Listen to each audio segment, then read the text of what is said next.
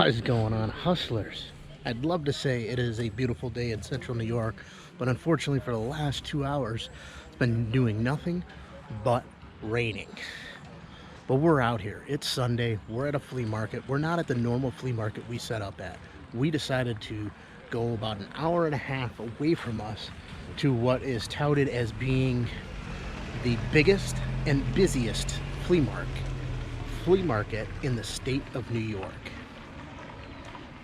It's tough to tell this morning because the rain has scared a few people off, including vendors. The people who were set up next to us dragged their stuff in and out of their trailer a couple of times and then finally gave up about 10 minutes before it stopped raining. So we're hoping that it works out today and that we don't take a loss, because we did come up and stay in a hotel, so we had a little bit extra expense. We have the gas, as many people say, you gotta factor in. We also rented a trailer for this trip because of rain being in the forecast. It's definitely a market I would come to again because there are a lot of vendors here. So, alrighty, hustlers, I'm going to periodically shoot throughout the day and get you some footage.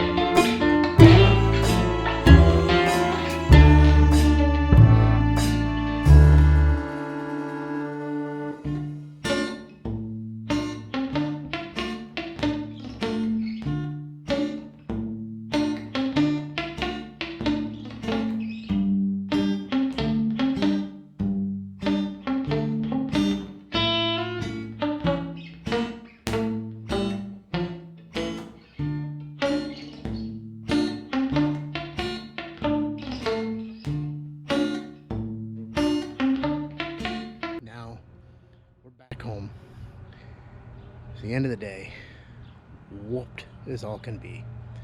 It's probably about 8 o'clock at night. It's been a very long day.